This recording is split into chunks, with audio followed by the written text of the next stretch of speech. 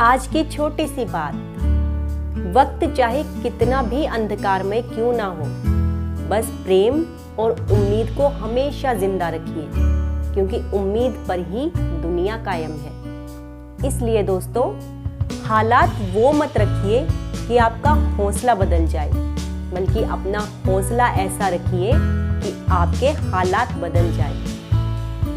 नमस्कार दोस्तों, मैं अंजना उनियाल आपका स्वागत करती हूँ हमारे YouTube चैनल छोटी सी बात पर। दोस्तों, आज की यह कहानी हमें यह दर्शाती है कि जीवन में यदि आप सब कुछ भी खो दें तो भी कभी आप निराश मत होइए, क्योंकि जीवन में सब कुछ खो देने से भी ज़्यादा बुरा उस उम्मीद को खो देना होता है जिसके सहारे आप वही सब कुछ दोबारा भी पा सकते हैं। तो चलिए सुनते हैं इस बहुत ही प्रेरणादायक कहानी को। एक बार एक लड़के ने एक बिजनेस शुरू किया। अपनी सारी सेविंग्स उसने इस बिजनेस पर लगा दी, लेकिन उसको इस बिजनेस में कोई फायदा ही नहीं मिल पा रहा था। उल्टा धीरे धीरे उसका नुकसान पे नुकसान होता जा रहा था। अब इसका तनाव घर तक भी पहुंचने लगा। भाइयों में अनबन होने लगी, पति पत्नी में अक्सर झगड़े होने लगे। उसे हर तरफ बस कलह और निराशा ही नजर आ रही थी। वह जीवन से बहुत परेशान हो गया था। सुख शांति प्राप्त ही नहीं हो पा रही थी। अब उसने जीवन की सब उम्मीदें छोड़ दी। उसे लगने लगा था कि बस अब सब खत्म हो चुका है, और एक दिन जीवन से त्रस्त होकर वह दूर जंगलों की ओर निकल पड़ा, जहां उसे लगा कि शायद उसके मन को कुछ शांति प्राप्त होगी। जंगल के बीचों बीच पहुंचकर वह चीख चीख कर भगवान से अपने सब दुखड़े बयान करने लगा। इतने में उसे कुछ आहट सुनाई दी। एक योगी महात्मा पेड़ों की ओट से होते हुए उसके सामने आ खड़े हुए।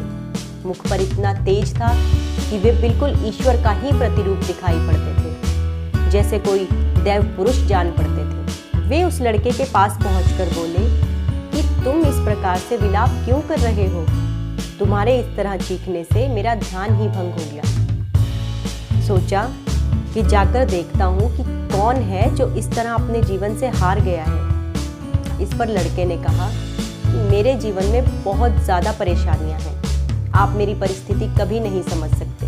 यदि आप मेरी जगह पर होते तो आप भी बिल्कुल इसी तरह से विलाप कर रहे होते। क्या आप मुझे कोई एक ऐसा कारण बता सकते हैं कि मुझे जीवन से हताश क्यों नहीं होना चाहिए? अब इन महात्मा ने इस लड़के को समझाते हुए कहा कि जरा इस जंगल में देखो, यहाँ घास भी है और बांस भी है। तुम जानते हो कि भगवान ने इस घास और बांस का बीज एक ही दिन बोया था और एक समान इन दोनों की देखभाल की। दोनों को पर्याप्त रोशनी दी, पर्याप्त पानी दिया, दोनों की सेवा बराबर की। लेकिन एक साल बाद घास तो फैल गई, लेकिन बांस का पौधा अंकुरित नहीं हुआ। लेकिन इस पर भगवान ने हिम्मत नहीं हारी। वे इसी तरह बांस की देखभाल करते रहे, और दूसरे साल भी बांस के पौधे पर कोई अंकुर नहीं आया। लेकिन फिर भी भगवान ने बांस की देखभाल करनी बंद नहीं की। उन्होंने हिम्मत नहीं हारी। फिर तीसरे चौथे साल भी यही परिस्थिति बनी रही, लेकिन भगवान ने अपने इरादे नहीं बदले, अपने तरीके नहीं बदले। वे घास और बांस की बराबर देखभाल करते रहे। फिर आखिरकार 5वें साल में घास तो फैलकर और बड़ी हो गई, घास में झाड़ियां भी आ गई। वहीं बांस में भी एक छोटा सा पौधा अंकुरित हुआ, जो देखते ही देखते 6 महीने में 100 फीट का बांस बन गया। जानते हो, यह 100 फीट का बांस इतना मजबूत, इतना शक्तिशाली कैसे बना? क्योंकि ईश्वर ने उम्मीद नहीं छोड़ी।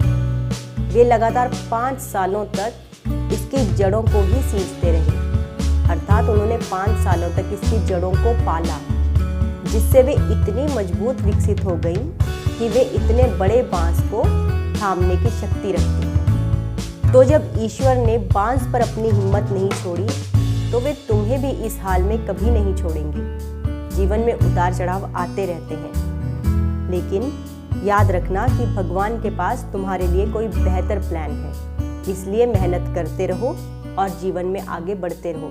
तुम्हें भी सफलता जरूर मिलेगी। तो दोस्तों, इस कहानी से हमें यह शिक्षा मिलती है कि जब भी आपके जीवन में कोई मुश्किल समय आता है तो कभी भी हताश ना हो और शांत मन से अपने इस समय को अपने भविष्य की तैयारी के लिए सदुपयोग में लाएं। और जब सही समय आ जाए तो अपने सफलता की सीढ़ियां अपनी इस तैयारी के साथ इस प्रकार से चढ़िए कि और कोई रुकावट आपके मार्ग में आ ना सके। कहते हैं ना दोस्तों कि चोट लगे कभी फिर भी प्रयास करना मत छोड़ना, फिसलें जो कदम पर कभी चलना मत छोड़ना।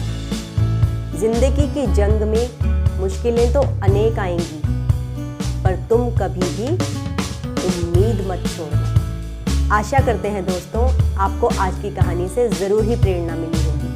कल फिर मिलेंगे ऐसी ही एक नई प्रेरणादायक कहानी।